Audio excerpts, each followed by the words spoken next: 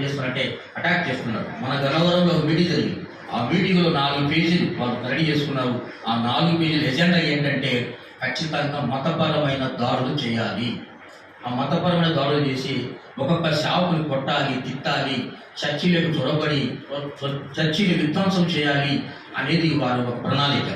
దానిలో ముస్లింలు మందిరములకి, ముస్లిం యొక్క మసీదులకు వెళ్ళి ఎస్సీల పైన, ఎస్సీలు వెళ్ళి ముస్లింలు వెళ్ళి ఎస్సీల పైన ఇట్లా ఒకరొకరు వీలు కొట్టుకునేటట్టుగా కూడా క్రియేట్ చేస్తారు. అంటే ఎవడో తడుపాటు వాడు ఎంటర్ అయిపోయి అక్కడ క్రియేట్ చేసి వెళ్ళిపోతారు. అది ఏం తెలియక మీ వాడు వచ్చి మా యొక్క దేవాలయంలో ఏదో చేశాడని, హిందూ దేవాలయం చేశాడని వీళ్ళు వాళ్ళు ఇట్లా క్రియేట్ చేసి ఏదైనా వారు అట్లా ఒక గలాడ చేసి సృష్టించాలనేది వాళ్ళకి ఆలోచన.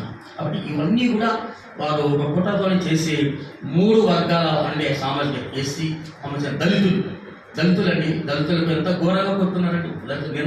మొన్న కూడా కొన్ని 2 జరిగాయి. వాళ్ళు దళితులు, తర్వాత క్రైస్తవులు, తర్వాత ముస్లిం. ఈరోజు ముస్లింస్ ఏమంటున్నారంటే అయ్యా మీతో కూడా మేము పిలుస్తూ ఉంటాం.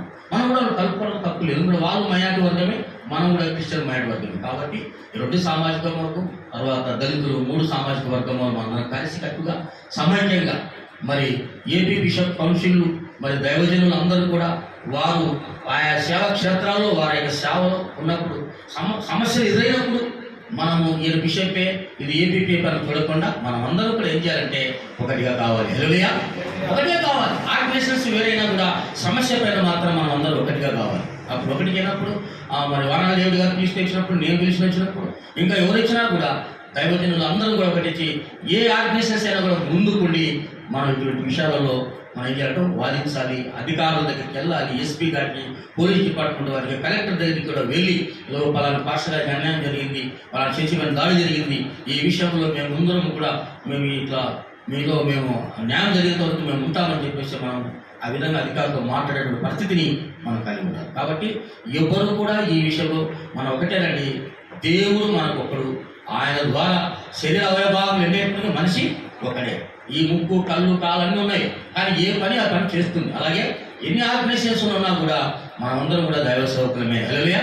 అలాంటి సేవ పరిచయం మరి ముందు కొనసాగాలని మరి ఏపీ బిషప్ కౌన్సిల్ మరి వారు చక్కగా కార్యవర్గాన్ని ఏర్పాటు చేసుకొని కార్యవర్గం ద్వారా చక్కగా ఈ జిల్లాలో కాకుండా రాష్ట్ర స్థాయిలో అన్ని ప్రాంతాలలో కూడా సామాజిక ఆత్మీయత అన్ని రకాలుగా ప్రజలకి మంచి చేస్తూ, సేవ చేస్తూ, సమాజ శ్రేయస్సు కోసమే ఒక పాత్రగా ఉంటూ ప్రతి ఒక్క సేవకుడికి ధైర్యాన్ని ఇస్తూ, అభయాన్ని ఇస్తూ, వారికి అండగా నిలబడుతూ ఏపీ బిషప్ కౌన్సిల్ ద్వారా చక్కగా కార్యక్రమం నిర్వహించాలని కూడా నేను కోరుకుంటున్నాను.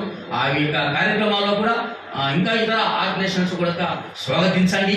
అందరూ కలిసికట్టుగా ఈ కార్యక్రమాలలో సామాజిక పరమైన కార్యక్రమాలలో ముందుకొని చక్కగా జరిగిస్తామని కూడా ఈ సందర్భంగా తెలుసుకుంటున్నాను. నాకు అవకాశం ఇచ్చినటువంటి ఏపీ బిషప్ కౌన్సిల్ మరి వానల దేవుడి గారు చెప్పేటువంటి ప్రత్యేకమైన వందనాలు తెలియజేస్తున్నాను.